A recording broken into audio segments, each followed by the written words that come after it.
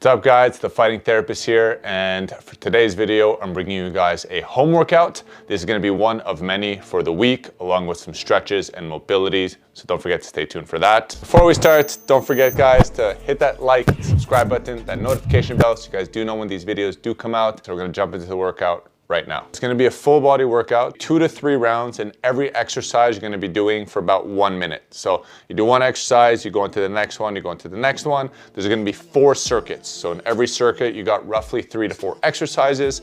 Once you do each exercise, take a little break. You redo that circuit for 2 to 3 times, you move on to the next one. For this workout, I did film for you guys some progression. So if it's too hard, you guys could go to the easier one so it's easier for you. And as well, because now that we don't have a lot of progressive overload, right? So it's not like we can go bench press a plate and a half. We're gonna have to play with the 2 other factors. So it's gonna be eccentric training and metabolic stress, right? So really getting that burn, really pushing it as hard as we can. So everything in today's workout is gonna be based around that. For circuit 1, we're gonna start with handstand push-ups. So you're gonna go up to a wall, you're gonna go the other way. So you're not gonna kick your feet up, you're gonna walk up the wall, you're gonna place your hands roughly a little bit more than shoulder width apart, just like you would if you're doing an overhead press or bench press. You're gonna contract your core so your lower back isn't arching, and you're gonna come as low as you can and come back up. Of course, if you're wearing shoes, you're gonna have to walk a little bit up with your feet. If you're wearing socks, your feet will slide up on the wall, and you're gonna go for roughly a minute. Now, of course, this is very hard to do for a minute. So the regression for this is going to be a pike. So you're gonna grab a little bench, you're gonna put your foot up, you're gonna make a nice L, you're gonna make sure that your head and your body is down, and you're gonna go for handstand push-ups that way. And then the last regression for this, which I did not film guys, but it's a simple one, it's a downward dog stretch, and you're just gonna do the handstand push-ups there. So that's gonna be the regression, and as the minute goes on, you guys are gonna go as many as you can do on the wall, as many as you can do in the pike position, and then as many as you guys can do on the downward dog position. Next one, it's gonna be squat to half squat, and that's just 1 rep, right? So the goal here, you guys are gonna go roughly shoulder width apart, just like you would in a normal squat. We're gonna keep our hands out in front. We're gonna anteriorly rotate our hips. We're gonna come down, and now we're only gonna come as low as we can, right? Before we get that little butt wink, we're gonna come right back up, halfway, back down, and then back up. And that's just 1 rep. And we're gonna go for roughly 1 minute. This one is gonna burn, guys. And we're also working at that weakest point that we all have in a squat, which is that bottom position coming up. So we're really putting a lot of emphasis on that little portion with that half squat and back up, really trying to get that focus on the glutes and driving up so you feel it in your butt. The next exercise is gonna be inverted row. Now people are like, oh, I can't do an inverted row, I don't have anything. Yes, you do guys, okay? You're gonna grab a broomstick or any type of wood that you have. I used to do karate back in the day, so I have like my big bow. You're gonna put it in between 2 chairs. You're gonna come right under the bar and you're gonna do inverted row. It's the same thing just like you would in the gym. Barbell with 2 things, you got 2 chairs, you got your stick, your broomstick, whatever it is, you're gonna do your inverted row. Again, we're going for roughly a minute here. And on the last one, guys, is gonna be a leg raise. So that what we wanna make sure we're doing here, hands are by our side. We posteriorly rotate our pelvis so our back is nice and flat on the ground.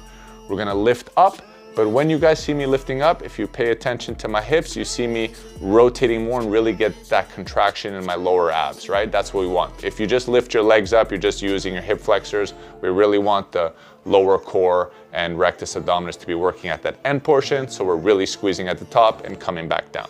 Circuit 2, we're gonna move to push-ups. Now to make the push-ups a little bit more difficult, we're gonna elevate our feet. So you could do this on a bench. If you're at home, you could do it on a couch, you could do it on a table, you could do it on a chair. You're gonna put your feet up, we're gonna angle down, and we're gonna go into a push-up. Now to regress from that, you're gonna do a push-up on the floor, or another regression from that, you're gonna do it on your knees. Next exercise is gonna be a glute bridge to hamstring curl. So here we're really trying to get the glutes and the hamstrings to work together, all right?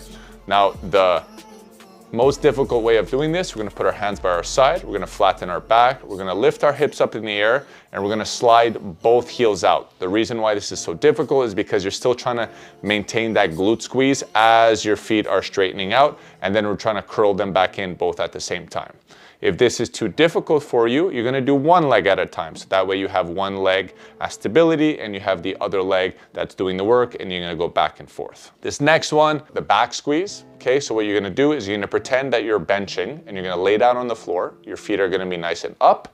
And the goal here is you're really trying to drive your elbows into the ground and contract that back. So you're getting the rear delts, you're getting your traps, you're getting your rhomboids. You're really trying to get that squeeze. Trust me, if you're doing this for a minute, you're gonna feel that fatigue, you're gonna feel that contraction. It's a great exercise. And then to end this circuit, we're gonna do V up tuck, right? So now instead of trying to come and touch our toes, we're doing the same thing. We're making sure our back is nice and flat, and we're coming up in a nice tuck position. When we're coming up, we're breathing out, exhaling, get that nice squeeze, come back down. Make sure that when we're extending our body nice and straight, we have that nice hollow hold so our back isn't arching and we're not putting a lot of stress on our lumbar spine. Circuit number 3, lat pull down. So how do you do a lat pull down in the gym if you can't do a straight arm lat pull down? You guys are gonna put your knees on a towel, on a pillow, whatever it may be. You're gonna put your hands in front as if you were going to do a knees push-up, right? So push-ups on your knees, you're gonna be in that exact form. You're going to rotate your pelvis in, so you're contracting your core. And all you're gonna try to do is you're gonna slide out with the hands, and then you're gonna slide back in, really focusing on the same movement you would be doing for a lat pull down. You're doing it with your body weight. The next one is gonna be a sumo push-up. For this one, we're really trying to focus on the triceps this time.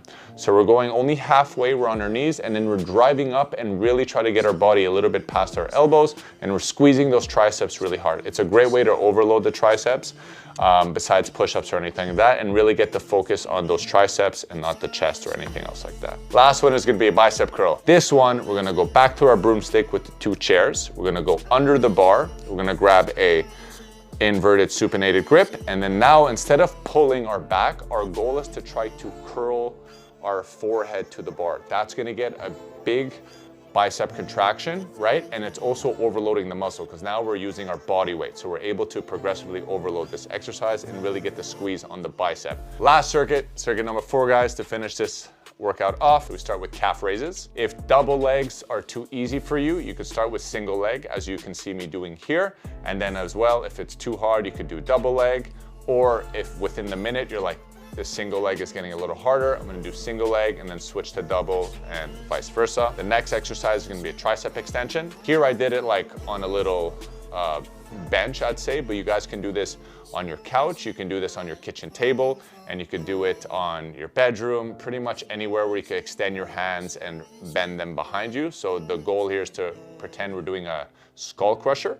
They're called tricep extensions. We're trying to come down and then really force out and squeeze that tricep as much as we can so we can hit that long head of the tricep. Next one is gonna be a plank lat raise. We think that when we're doing lateral raises, we need to move the arm, but at that joint, you can move your body along the joint. You don't have to move the arm. There's different ways of doing this exercise. So we're gonna go in a plank, we're gonna stay nice and tight, and we're gonna try to rotate our whole body along that axis of the joint, really trying to get the lateral delt to go. For this one, I would roughly do 30 seconds on one side, 30 seconds on the other side.